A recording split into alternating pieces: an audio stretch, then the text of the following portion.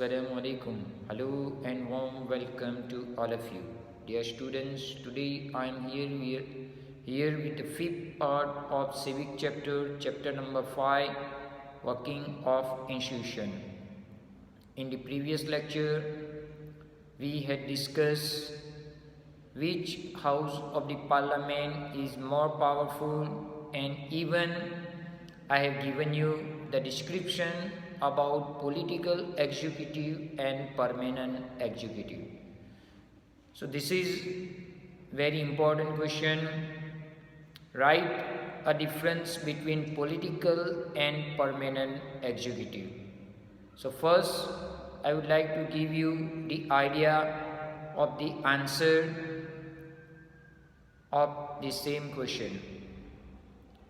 Number one, political executive are elected by the people for specific period of time, while permanent executive are the civil servant appointed for longer period of time. Number two, political executive include Prime Minister, Cabinet Minister and Council of Ministers. On the other hand, permanent executive are those people who are working in civil services such as IAS officer, IPS officer, etc. Number 3.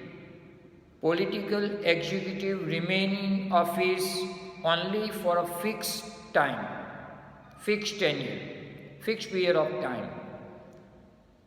On the other hand, permanent executive remain in office even when the ruling party changes. Number 4. Political executive are answerable to people for their action.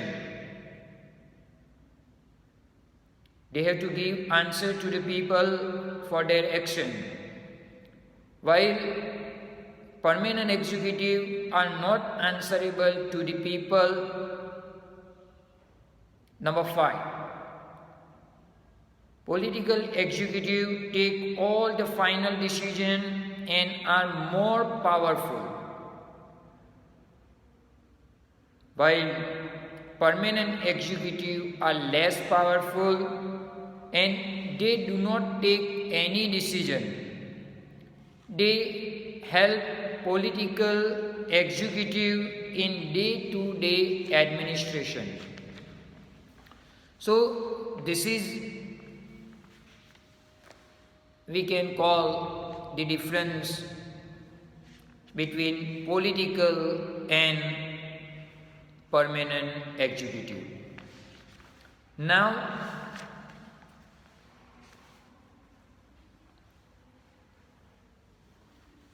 I am going to discuss about political executive in the form of President, Prime Minister and Council of Ministers.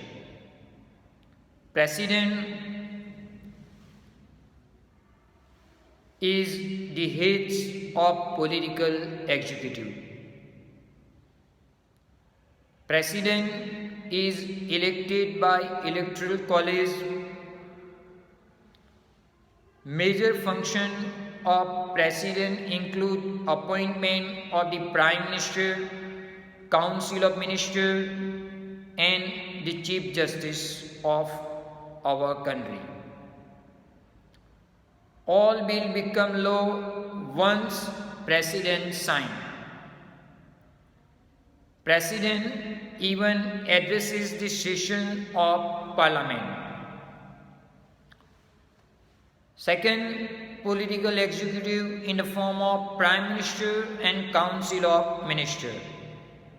Prime Minister is very important political institution. Council of Ministers,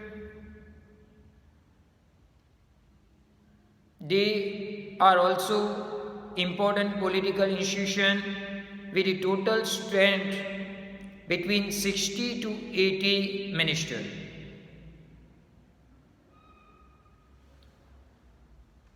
So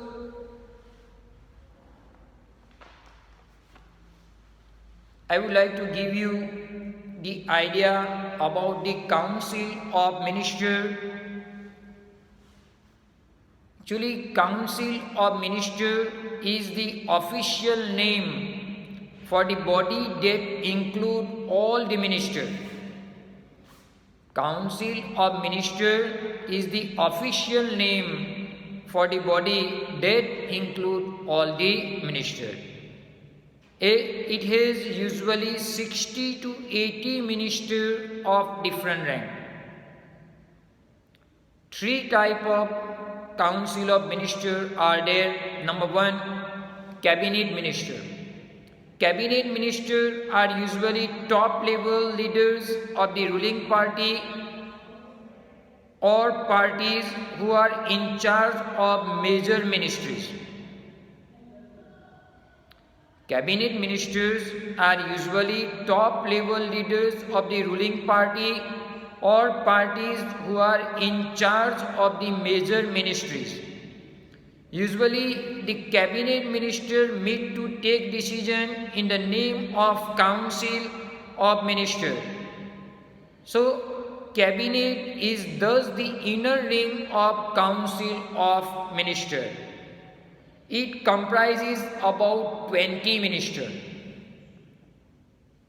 Second, Minister of State with independent charge.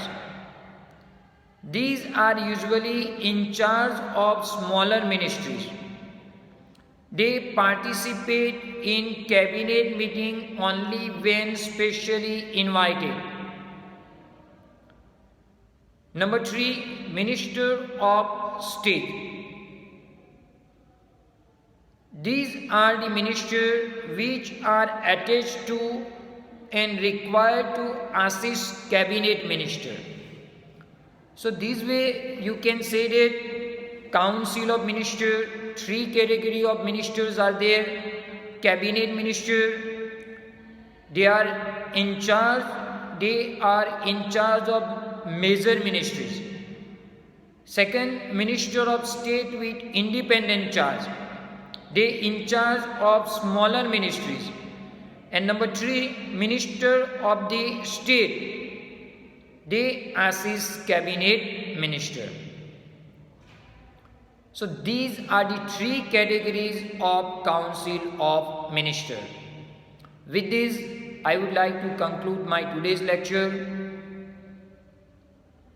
Thank you very much for your cooperation, and remaining part of the chapter I will discuss in coming lecture.